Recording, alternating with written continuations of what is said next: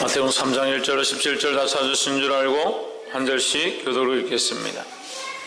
그때 세례 요한이 이르러 유대 광야에서 전파하여 가로되 저는 선지자 이사야로 말씀하신 자라. 일렀으되 광야에 외치는 자의 소리가 있어 가로되 너희는 주의 길을 예비하라, 그의 접경을 평탄케 하라 하였느니라.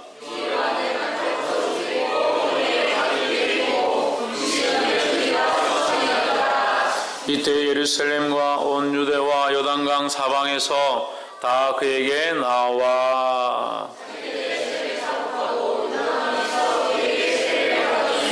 요한이 많은 바리새인과 사두개인이 세례 베푸는데 오는 것을 보고 이르되 독사의 자식들아, 누가 너희를 가르쳐 임박한 진노를 피하라 하더냐. 속으로 아브라함이 우리 조상이라고 생각지 말라. 내가 너희에게 이르노니 하나님이 능히 이 돌들로도 아브라함의 자손이 되게 하시리라.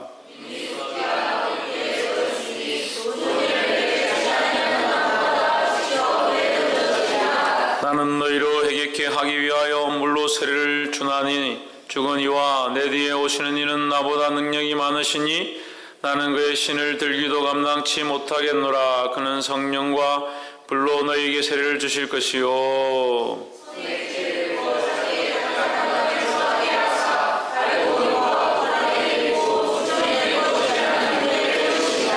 이때 예수께서 갈릴리로 오서 요단강에 이르러 요한에게 세례를 받으려 하신대.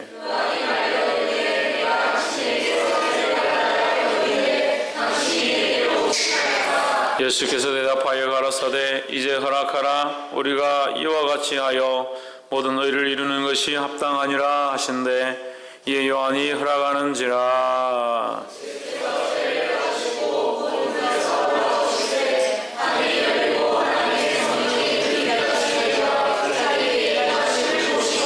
함께 읽읍시다. 하늘로서 소리가 있어 말씀하시되 이는 내 사랑하는 아들이요 내 기뻐하는 자라 하시니라. 아멘. 백집사님 저기 맨 끝에 맨 뒤에 새로 오신 분 같이 예배드리면 좋겠습니다. 기도합시다. 살아 역사하신 하나님, 우리와 함께 하시며 우리 가운데 임하여 주심을 감사합니다. 하나님만 바라보게 하시고 하나님만 높이게 하시고 우리의 중심의 모든 생각들을 하나님께 맞출 수 있도록 도와주시옵소서. 말씀이 육신이 되셨던 것처럼 주의 말씀을 들을 때 우리의 삶의 모양들이 하나님께 들으시게 하시고 하나님의 그리고한 뜻을 분별하며 주의 영광을 위해 살 수 있도록 우리를 인도하여 주시옵소서. 그렇게 하시고 새롭게 하시고 하나님의 사랑으로 세우실 줄 믿사옵고 살아계신 예수 그리스도 이름으로 기도하옵나이다. 아멘. 할렐루야. 우리 예배 성경 앞에서 사랑합니다. 축복합니다. 할렐루야.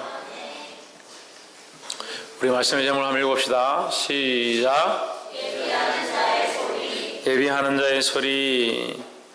예비하는 자의 소리는 뭐냐? 무엇을 예비하느냐? 뭐 다른 것도 예비할 수 있겠죠. 하지만 우리가 예비해야 될 우리의 관점에서 우리가 하나님 앞에서 우리가 예비해야 될 것이 뭐냐? 예수 그리스도를 예비해야 된다라는 겁니다. 할렐루야. 우리가 예배 가운데 앞에 찬양하러 서서 찬양을 합니다. 그래서 세상 사람들 옛날에 이것을 준비 찬양이다 이렇게 불렀는데 저는 준비 찬양이라기보다 예비 찬양이라 부르는 것이 옳지 않을까 그런 생각이 있습니다. 뭐 그 단어는 중요하지 않습니다만 뭘 예비하느냐? 주님이 오실 것들을 예비하는 거죠. 예배 가운데 주님께서 역사하시고 기름 붓고 우리를 새롭게 하시고 하나님 뜻을 흘려보내실 것들을 기대하며 그걸 예비하는 마음으로 이곳에서 찬양하는 거죠. 또한 우리 삶은 뭡니까? 예수님이 오실 그 길을 예비하는 삶을 사는 겁니다.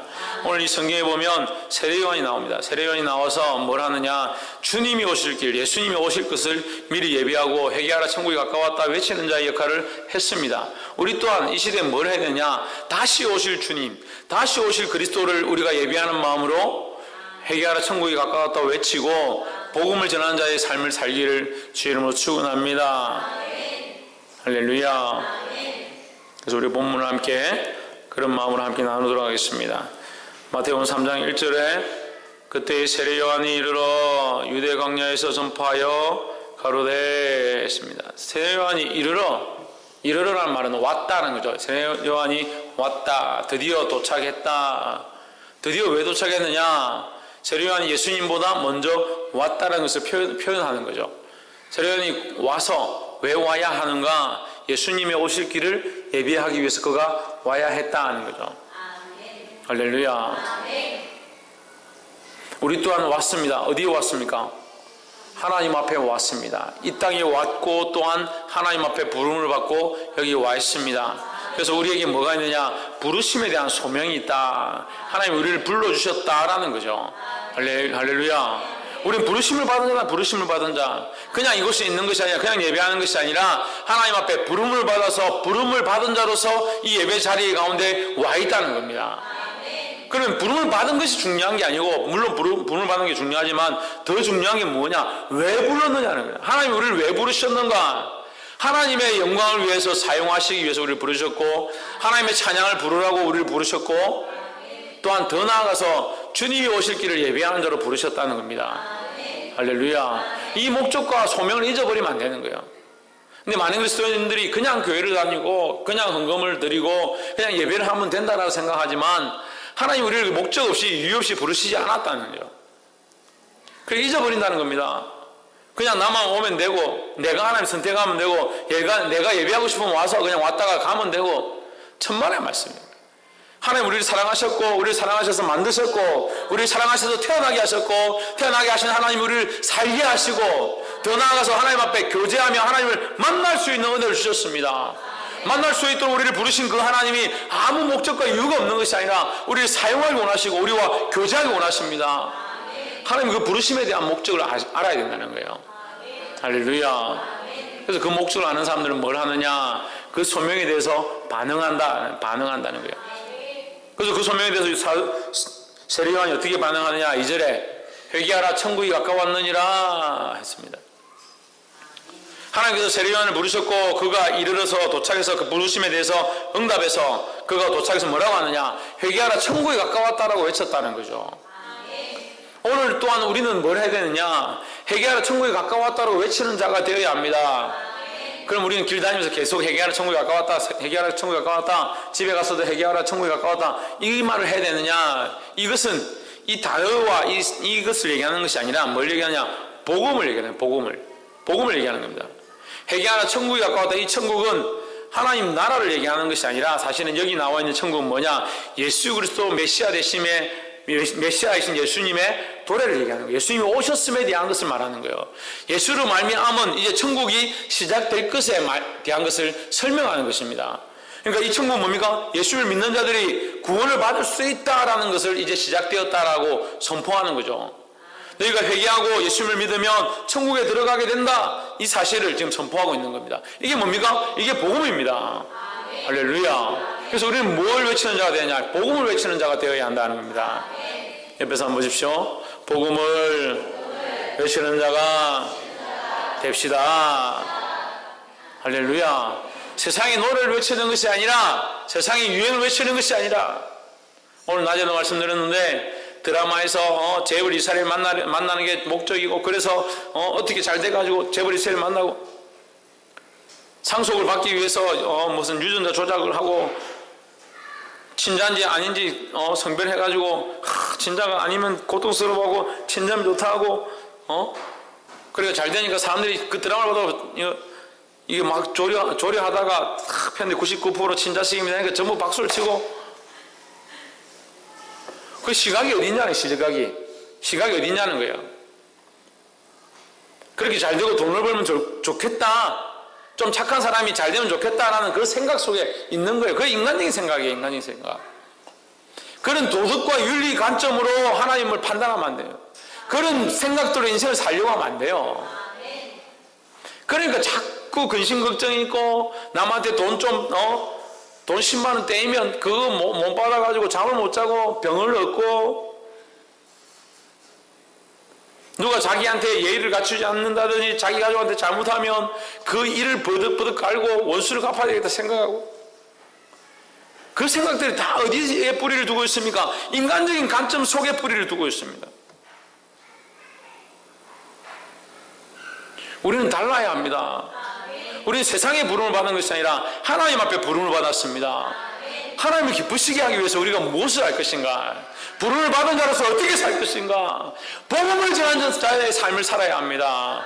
하나님의 복음을 전하는 그런 믿음과 관점을 가지기를 주의 이름으로 축원합니다.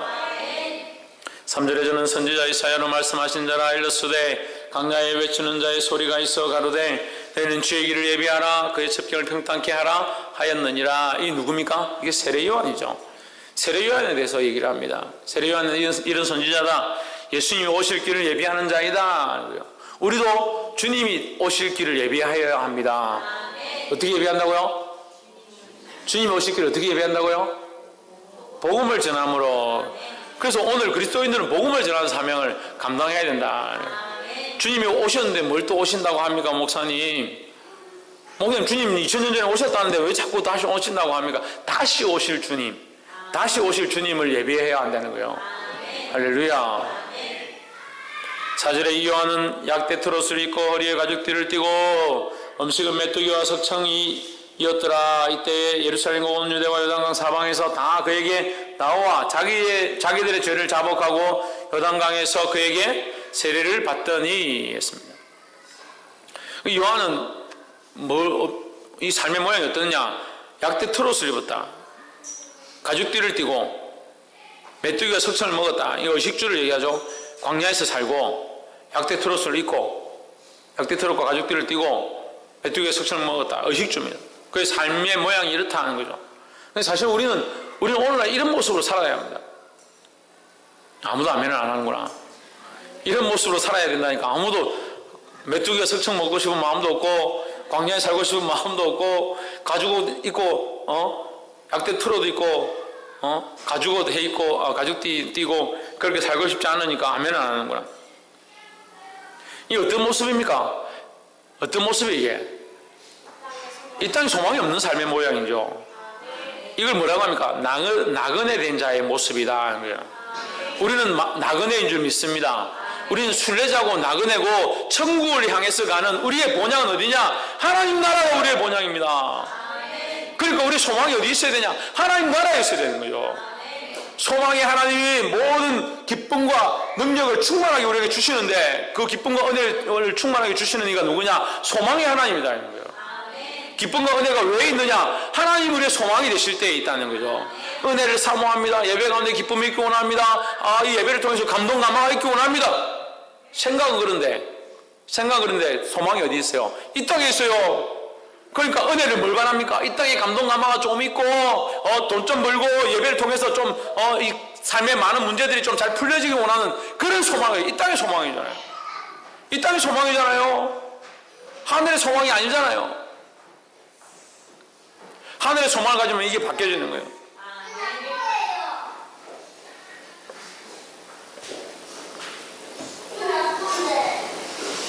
할렐루야.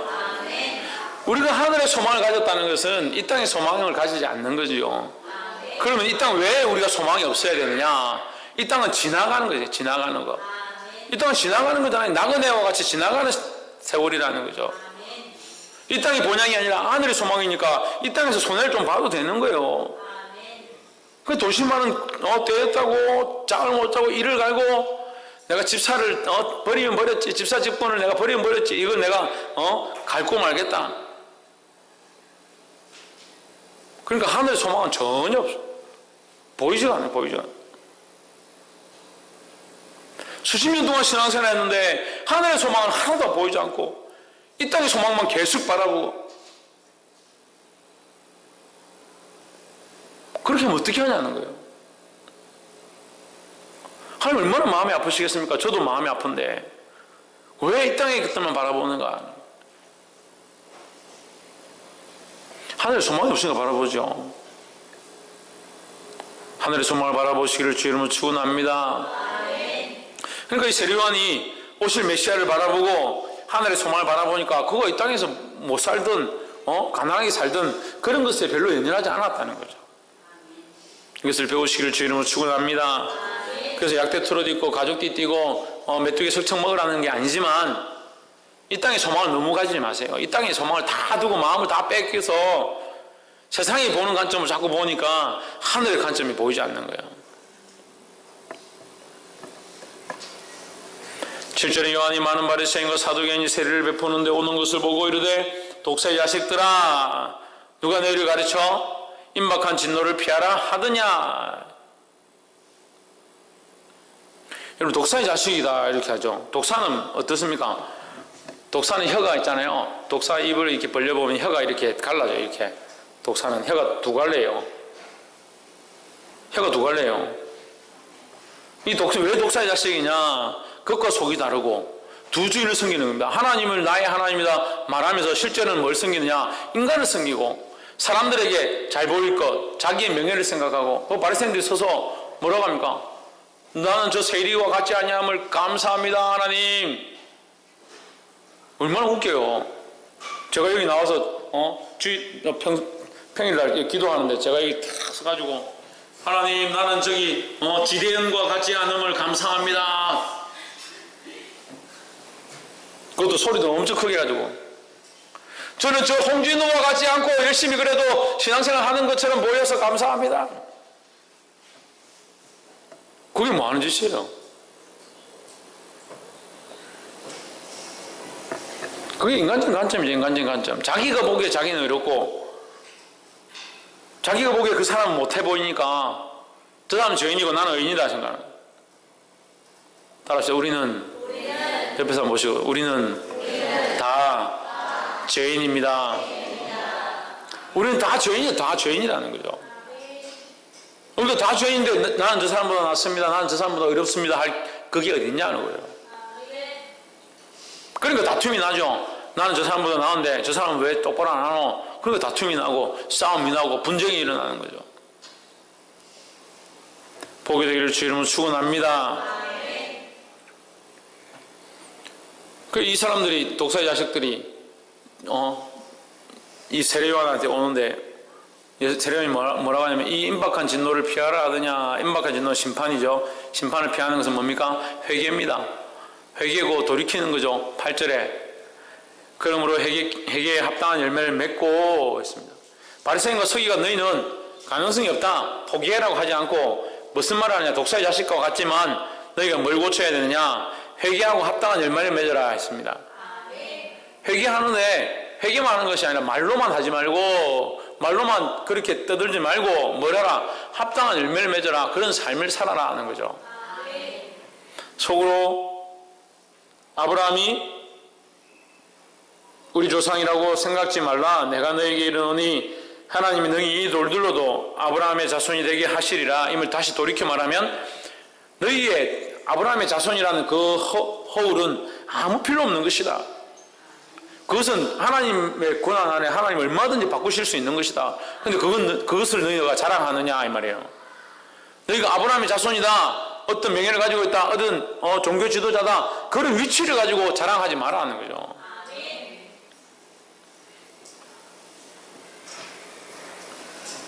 10절에 이미 도끼가 나무 뿌리에 놓였으니 좋은 열매를 맺지 아니하는 나무마다 찍어 불에 던지우리라 했습니다.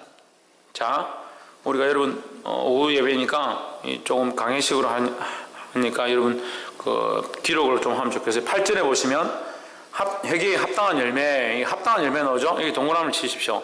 합당한 열매, 가로를 하든 동그라미 치시고 10절에 보면 좋은 열매가 있습니다. 좋은 열매.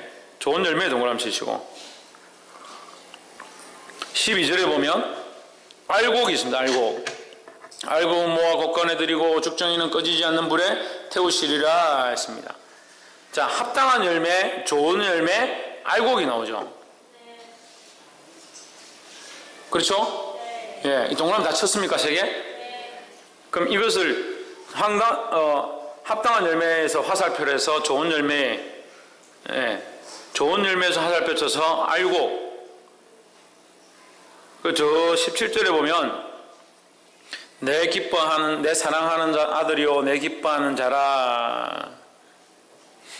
내 사랑하는 아들이요 내 기뻐하는 자라, 여기에 가로를 치십시오. 내 사랑하는 아들이요 내 기뻐하는 자라, 이 알곡에서 다시 화살표를 해서 내 사랑하는 아들이요 내 기뻐하는 자라, 거기에 화살표를 하십시오. 그럼 이렇게 연결되죠? 회개에 합당한 열매, 하나님 원하시는 합당한 열매는 뭐냐? 좋은 열매고, 좋은 열매는 뭐냐? 알곡이고, 참 알곡이고, 이 알곡은 뭐냐? 하나님의 사랑하시는 자가 되는 것이고 하나님이 기뻐하시는 자가 되는 것이다라는 거죠. 할렐루야. 사람이 기뻐하고 사람이 좋아하는 게 아니라 하나님이 기뻐하고 하나님이 좋아하시는 사람. 할렐루야. 이걸 뭐라고 합니까? 하나님 마음에 합한 자, 하나님 뜻대로 살아가는 자를 말하는 겁니다. 할렐루야. 그래서 아까 목사님 방금 전에 의인은 없나니 하나도 없다, 우리가 모두 다 죄인이다, 방금 그래 놓고 뭐 하나님 마음에 어떻게 합합니까? 물론 우리 삶에 연약해서 삶이 똑바로 이렇게 걸어가지 못하고 믿음으로 살지 못하고 신앙 가운데 승리하지 못하는 부분들이 많이 있습니다. 하지만 어떻게 해야 되느냐? 우리가 믿음의 뿌리가 발라야 된다는 거야. 마음의 중심이 발라야 되는 것처럼 믿음의 뿌리가 바른 곳에서 자라나야 된다는 거예요. 나무가 때로는 자라면서 삐뚤삐뚤하기도 하고 옆으로 치우치기도 하고 기울어지기도 하고, 나무가 그렇게 자랍니다. 하지만 이게 삐뚤삐뚤하다고 기울었다고 열매를 맺지 못하는 게 아닙니다. 중요한 건 뭡니까? 여러분, 열매가 중요하다고 자꾸 생각하시는데 열매보다 뭐가 중요합니까? 뿌리가 중요합니다. 나무가 뿌리가 없으면, 뿌리를 내리지 못하면 열매를 맺을 수가 없습니다. 자연스럽게 뿌리가 똑바로 내리고 똑바로 영양소를 공급받고 하기만 하면 열매는 자연스럽게 자동으로 나게 돼 있다는 거예요. 근데 우리는 어디에 주목합니까? 열매에 자꾸 주목합니다. 뿌리를 어떻게 내릴까? 얼마나 깊이 내릴까? 어떤 열매를 먹을까를 보지 않고 열매만 자꾸 생각하는 거예요. 잘못된 생각이에요. 잘못된 생각이에요. 이 뿌리를 예수 그리스도께로, 하나님께로 자꾸 맞추려고 하고, 하나님 원하시는 자리에 뿌리를 내리고, 하나님 원하시는 말씀 앞에 순종하고, 하나님 원하시는 것들을 공급 안 받아서 그대로 살려고 하고 몸부림칠 때 주님 원하시는 열매는 자동으로 맺혀지는 거예요. 그 열매는 누가 거두시고 누가 판단하시냐? 하나님이 판단하시는 거죠. 근데 사람들을 판단할 때 어떻게 합니까? 저 사람이 어떤 열매를 맺었느냐, 어떤 좋은 열매를, 물론 열매를 가지고 그 사람을 판단하는데 그 열매를 우리가 어떻게 할 거냐는 거예요. 어떻게 할 거냐는 거예요. 열매보다 더 중요한 게 뭐라고요? 뿌리라고요. 뿌리. 그래서 10절, 3장 10절에 이거 잘 찾아놨네.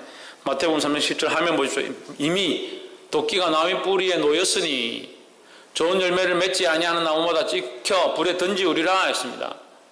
도끼가 우리 열매가 그렇게 중요하면 도끼가 어디 달려야 됩니까? 놓여야 됩니까? 열매에 도끼가 놓였으니 좋은 열매 맺지 아니하는 나무마다 열매를 잘라버릴 것이다, 이래야 되잖아요.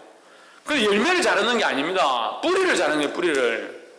왜 뿌리를 자르겠습니까? 그 뿌리가 그리스도 안에 있지 아니하고, 그 뿌리가 하나님의 말씀에 있지 아니하고, 그 뿌리가 하나님이 원하시는 곳에 있지 아니하니까 그 나무 자체가 소용없다는 게, 나무 자체가. 물론 열매가 중요합니다. 하지만 더 중요한 것은 그 뿌리가 어디에 놓여있는가 하는 거예요. 할렐루야. 그래서 우리가 장가가고 시집가고 해야 될 청년들이 있는데, 사람을 고를 때에 열매를 자꾸 보고 하면 어려워요. 열매를 보고. 이 사람 보니까 참 착하고 행실이 바르고 참 말씀대로 살려고 하고, 그런 사람을 찾으려면 못 찾을 때가 많이 있어요. 뭘 찾아야 되느냐? 그 뿌리가 그리스도를 향하고 있고 하나님의 마음을 알고 있고 그 중심이 그런 생각들로 시작하는가. 때로는 하다가 성질이 아직 성격이 온전치 않아서 성질을 부리고 뭔가 하다가 실수해서 죄를 범하고 넘어지기도 하지만 그 뿌리가 온전한가를 봐야 되는 거예요. 그 뿌리가 어디에 있는가를 보는 것이 중요합니다. 그래서 우리가 사람을 볼 때 뭘 보려고 노력해야 되냐? 그 마음 중심을 보려고 하는 게 중요해요. 그래서 우리 하나님의 사람들은 결과와 동기보다 더 중요한 게 뭐냐? 결과보다 더 중요한 게 뭐냐? 동기예요. 동기보다 더 중요한 것은 그 시작, 그 중심이 어디에 있었는가 하는 거예요. 할렐루야. 보게 되기를 주의 이름으로 축원합니다. 11절에 나는 너희로 해결케 하기 위하여 물로 세례를 주거니와 내 뒤에 오시는 이는 나보다 능력이 많으시니 나는 그의 신을 들기도 감당치 못하겠노라. 그는 성령과 불로 너에게 세례를 주실 것이요 했습니다. 할렐루야. 여기 물세례와 성령과 불세례가 나옵니다. 이게 물세례는 뭐라고 했습니까? 우리가 예수를 믿겠습니다. 믿는 표로 내가 예수님을 믿습니다 하는 표로 받는, 물로 찍어서 받는 세례를 물세례라고 하죠. 이 물세례는 표시입니다. 표시. 내가 예수님을 믿습니다 하는 표시로 받는 것이지 물세례 자체가 우리를 구원하는 것은 아니다라는 거죠. 물세례를 받았기 때문에 내가 예수님을 믿는 것은 또 아닙니다. 잘 이해를 하십시오. 예수님을 믿습니다. 내가 믿고 그렇게 살겠습니다 라고 고백했기 때문에 물로 찍어서 표시를 하는 거지, 물로 찍었기 때문에 예수님을 믿게 되는 게 아니라는 거예요. 믿기 때문에 세례를 받는 겁니다. 할렐루야. 근데 불세례는 어떻습니까? 불세례는 성령 세례입니다. 성령 세례. 우리가 예수님을 믿고 하나님 앞에 나아가면 성령이 우리 안에 오셔서 우리를 거룩하게 하십니다.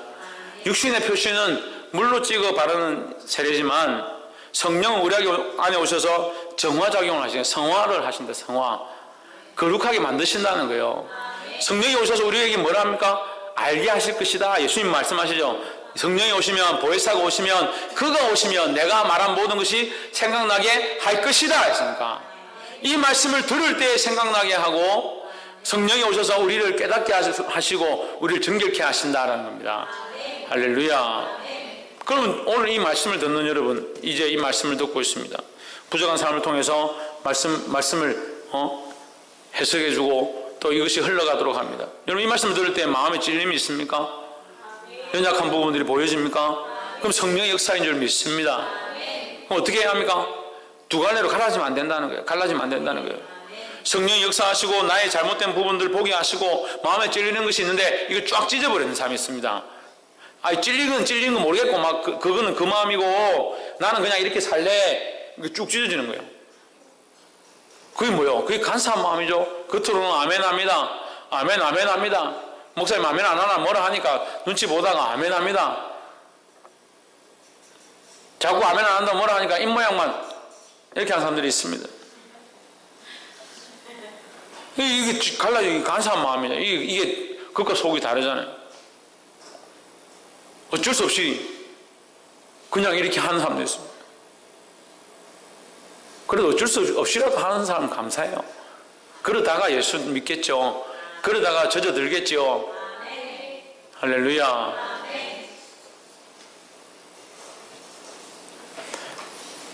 독사의 혀같이 갈라지지 않기를 주 이름으로 축원합니다. 그럼 이거 간단하게 여기서는 세 가지 나오죠. 말씀을 듣고 말씀대로 순종한 사람 있고, 말씀을 순종 안 하는 사람 있고, 이게 찢어지는 사람 있고, 이렇게 되는 거죠. 이 찢어지는 게 안 좋은 거예요. 믿지도 않는 것도 아니고, 안 믿는 것도, 안 믿지 않는 것도 아니고, 믿지 않는 것도 아니고. 믿으면 똑바로 믿고, 덥든지, 차갑든지, 믿음으로 하시길 주 이름으로 축원합니다. 12절 손에 키를 들고 자기의 타작마당을 정하게 하사 알곡을 모아 곳간에 들이고 죽정이는 꺼지지 않는 불에 태우시리라 했습니다. 껍데기만 있는 거 필요 없다는 거죠. 껍데기만 있는 거. 속에 찬 것이 아무것도 없는 거 결국 불에 태우겠다라는 겁니다. 여러분, 죽정이가 되지 않기를 주 이름으로 축원합니다. 소리만 요란한 사람들. 소리만 요란한 사람들. 울리는 꽹과리가 되는 사람들. 방언을 하면 뭐합니까? 예언을 하면 뭐합니까? 통변을 하면 뭐합니까? 쓰러진 사람을 이렇게 세우면 뭐합니까? 하나님 마음이 없는데. 그 뿌리가 하나님께 그리스도에게 있지 않으면 그것이 자기 사업이 되는 거예요. 자기 사업이 되는 거예요. 자기 영광이 되는 거예요. 그러니까 잘못돼서 넘어지는 사람들 수없이 봤습니다. 날마다 우리의 초점을 주님께로 집중하고 우리의 뿌리를 하나님 앞으로 세우기를 주 이름으로 축원합니다. 13절에 이때 예수께서 갈릴리로서 요단강에 이르러 요한에게 세례를 받으려 하시는데 요한이 말려 가로되 내가 당신에게 세례를 받아야 할 터인데 당신이 내게로 오시나이까? 예수께서 대답하여 가라사대 이제 허락하라. 우리가 이와 같이 하여 모든 의를 이루는 것이 합당하니라 하신대 이에 요한이 허락하는지라 했습니다. 뭘 이루는 것이 합당하다? 모든 의를 이루는 것이 합당하다 했습니다. 할렐루야. 순서로 치면 세례 요한이 먼저 와서 길을 예비하는 자이고 실제 주인공은 예수님이시니까 예수님이 당연히 세례 요한에게 세례를 베푸는 게 맞죠. 근데 뭐라고 하냐면 세례를 해달라 이렇게 하는 거예요. 이것이 모든 의다. 모든 의가 뭡니까? 이것이 하나님의 법에 합당하다라는 거죠. 내가 이것을 순종함으로 하나님의 법을 따라 순종하겠다라는 거죠. 그래서 우리의 지위와 높고 낮음이 중요하지 않다는 겁니다. 할렐루야. 예수님이 그 질서에 순종하시고 예수님이 모범이 되셔서 세례를 받으심으로 우리 또한 오늘날 세례를 받게 되는 거예요. 16절에 예수께서 세례를 받으시고 곧 물에서 올라오실새 하늘이 열리고 하나님의 성령이 비둘기같이 내려 자기의 임하심을 보시더니 하늘로서 소리가 있어 말씀하시되 이는 내 사랑하는 아들이요 내 기뻐하는 자라 하시니라 했습니다. 할렐루야. 말씀을 맺겠습니다. 마지막 뭐냐? 우리가 하나님이 사랑하는 아들의 삶, 하나님 기뻐하시는 자의 삶, 그 삶을 살아야 될 점이 있습니다. 하나님 빼고 이걸 해석하면 돼요. 오늘날 이 시대는 하나님 빼고 자꾸 해석합니다. 그러니까 하나님 말고 사랑하는 아들이 되고 하나님 말고 기뻐하는 자가 된다는 거예요. 하나님 빼버리니까 이게 무슨 하나님 말씀이에요. 하나님 앞에 사랑받는 자, 하나님께 사랑받는 자, 여기도 다른 걸 집어넣습니다. 목사에게 사랑받는 자, 교회에서 사랑받는 자, 하나님 앞에 사랑받고 하나님 뜻에 사랑받고 하나님 말씀대로 사는 자가 되어야 되는 거예요. 할렐루야. 우리 말씀을 맺는다 했는데 첫 번째로 뭐라고 했습니까? 우리가 어떻게 해야 된다?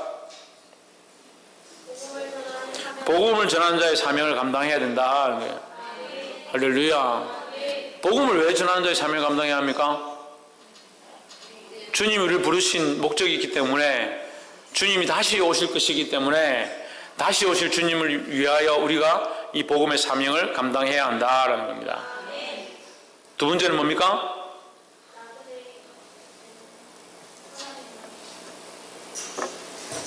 두 번째 얘기 안 했죠? 예, 뿌리를 바로 두어야 된다 했습니다. 뿌리를 바로 두어야 된다. 뿌리 어디에 두어야 된다? 예수 그리스도 안에 두어야 된다는 겁니다. 자, 우리가 그 베드로전서 말씀이나 또 에스겔서 말씀도 있고 다니엘서 말씀도 있고 계속 나오는데 돌에 대해서 얘기합니다. 돌에 대해서 얘기하는데 이 돌을 무슨 돌이냐냐? 떠인 돌이란다. 떠인 돌. 다니엘서에 떠인 돌이라죠. 돌이 있는데 어디서 살아있는 떠인 돌이 와서 이 우상을 때려 부수더라 했습니다. 떠인 돌이 와서 이 우상을 때려 부수는 거예요. 할렐루야.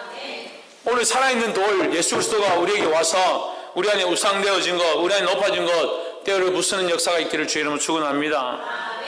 그 떠인 돌이 나타나서 때려 부수는데 그 떠인 돌이 뭐냐? 이 신약에서 와서 산돌이다. 산돌. 살아있는 돌이다. 살아있는 돌, 산돌이신 예수 그리스도 이렇게 얘기하거든요. 근데 이 산돌이신 예수 그리스도를 이 사람들이 어떻게 했다? 성도들이 어떻게 했다? 이 바리새인과 서기관들이 어떻게 했다? 버렸다. 버렸다. 버려서 어떻게 하냐? 십자가에 못 박아버렸죠. 그걸 뭐라고 합니까?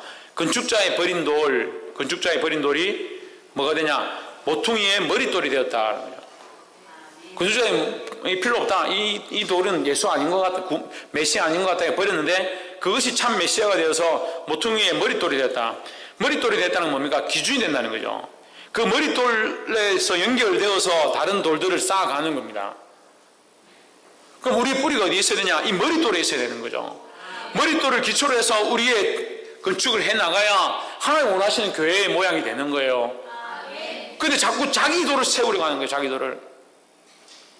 사람이 자기도 모르게 자기 돌을 세우는 거 정말 좋아합니다. 그래서 어떻게 합니까? 죽으면 비석을 남기라는 거예요. 자기 돌. 좀 그래도 큰일 하는 사람들은 뭡니까? 이 탑을 세우고 뭘 세워가지고 묘비를 세우고 그렇게 해가지고 자기가 뭔가 남기려고 하는데, 우리는 어디에 붙어 있어야 되냐? 예수 그리스도를 머릿돌로 한 주춧돌로 한 교회들을 세우고 우리 삶을 세워가야 된다는 거예요. 할렐루야. 그래서 전에도 얘기했잖아요. 우리 안에 누가 예수 그리스도가 있으면 우리는 뭐다? 교회다. 작은 교회다 하는 거죠. 근데 보십시오. 그러면 이 비유하고 내 안에 예수 그리스도 세우는 거하고 연결이 안 되잖아요. 그 큰 모퉁이의 머릿돌인데 머릿돌에 내가 작은 돌이 되어서 교회를 세워가는데, 그럼 나는 어떻게 교회냐? 어떻게 교회냐? 예수 그리스도를 향하고 있으니까, 머릿돌 대신 예수 그리스도를 향하고 있으니까 교회의 한 부분이 되고, 내가 교회의 하나로서, 하나의 교회로서 그 역할을 감당하는 거예요. 할렐루야. 얼마나 감사합니까? 이 하나님 나라를 만들어 가는데, 하나님 나라가 세워져 가는데, 예수 그리스도를 머릿돌로 한 이 모임, 예수 그리스도를 머릿돌로 한 자들만 하나님 나라의 구성원이라는 거예요. 그 자꾸 예수 그리스도를 머리로 하지 않고 내가 예수다 하는 사람들이 있습니다. 그건 썩은 돌이에요, 썩은 돌. 그건 하나님 나라의 구성원이 될 수가 없어요. 반드시 예수 그리스도가 머리가 되어야 합니다. 그래서 우리의 뿌리가 어디에 있어야 된다? 예수 그리스도께 있어야 된다. 우리 뿌리가 어디에 있어야 된다? 말씀에 있어야 된다. 우리 뿌리가 어디에 있어야 된다? 하나님 마음에 있어야 된다는 거예요. 할렐루야. 마지막에 뭡니까? 하나님께서 사랑하는 자, 하나님께서 기뻐하시는 자가 되어야 한다는 거예요. 이게 세 번째입니다. 하나님께서 사랑하시는 자, 하나님 기뻐하시는 자가 되어야 된다. 그 물론 사람들이 칭찬하고, 참 저 사람 참 그래도 신앙생활을 열심히 하는구나, 저 집사 참 믿음이 좋구나.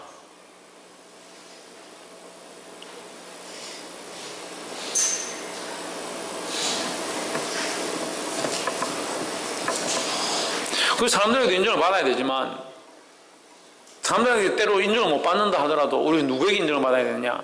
하나님께 인정받는 자가 되야 됩니다. 할렐루야. 다윗과 같이 하나님 마음에 합한 자, 그것을 저는 사모합니다. 저는 하나님 마음에 합하려고 무단히 노력하고 그런 마음으로 살려고 노력합니다. 사랑하는 성도 여러분, 저 여러분 모두 다 하나님 마음에 합한 자. 때로는 사람들이 뭐 저렇게 하느냐 손가락질을 하고 이해하지 못한다 하더라도 하나님 마음에 합한 자, 전정미 집사님 어떤 사람? 이해함이 어떤 사람? 할렐루야. 하나님 마음에 합한 자의 삶을 살게 되기를 주의 이름으로 축원합니다. 기도하겠습니다. 살아 역사